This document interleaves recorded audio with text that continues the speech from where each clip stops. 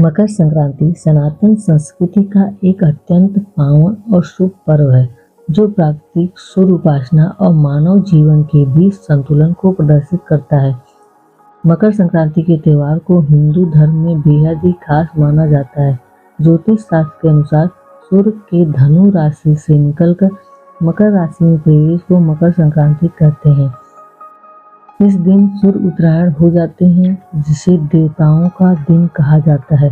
उत्तरायण से खर मास समाप्त हो जाता है और शुभ कार्य की शुरुआत होती है। इस दिन सूर्योदय से पहले गंगा या पवित्र नदियों का स्नान अत्यंत शुभ माना जाता है। इस दिन किए गए दान का विशेष महत्व होता है। कहते हैं इस दिन किया गया दान कभी खत्म नहीं होता, उसका फल अच्छा रहता है। इस बार मकर संक्रांति के दिन सतीला एकादशी है। एकादशी पर चावल का प्रयोग नहीं किया जाता है। ऐसे में मकर संक्रांति पर चावल से बनी सामग्री का प्रयोग नहीं होगा। सतीला एकादशी 14 जनवरी की सुबह 3:18 से शुरू होकर शाम 5:53 तक रहेगी। लोग अगले दिन खिचड़ी बना सकते हैं। ऐसा संयोग 19 साल बाद बन रहा है। मकर संक्रांति पर सतीला एकादशी है। मकर संक्रांति पर खिचड़ी बनाने का विशेष महत्व होता है, लेकिन एकादशी के चलते खिचड़ी नहीं बनाई जा सकेगी। इस दिन लोग तिल से बनी सामग्री या साबूदाने की खिचड़ी बना सकेंगे। एकादशी होने के चलते भगवान को श्वेत तिल अर्पित किया जा सकता है। शुभ मुहूर्त वर्ष 2026 में मकर संक्रांति का पर्व 14 जनवरी को मनाया जाएगा। इस दिन पुण्य काल दोपहर 3:13 से आरंभ होगा। वहीं महापुण्य काल दोपहर 3:13 से शाम 4:58 तक रहेगा। शास्त्रों के अनुसार इस अवधि में किया गया स्नान, दान और पूजा कई गुना पुण्य फल प्रदान करती है।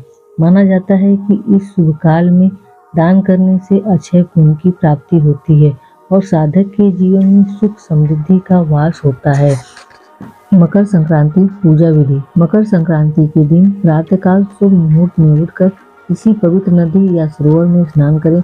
यदि संभव न हो तो घर पर ही स्नान कर सकते हैं। स्नान के पश्चात स्वस्थ वस्त्र धारण करें। पूजा के लिए तांबे का लोटा लें और उसमें स्वच्छ जल भरें। जल में पुष्प, तिल, गुड़, रोड़ी मिलाएं। पूर्व दिशा की ओर मुख करके सूर्य देव को अर्घ अर्पित करें।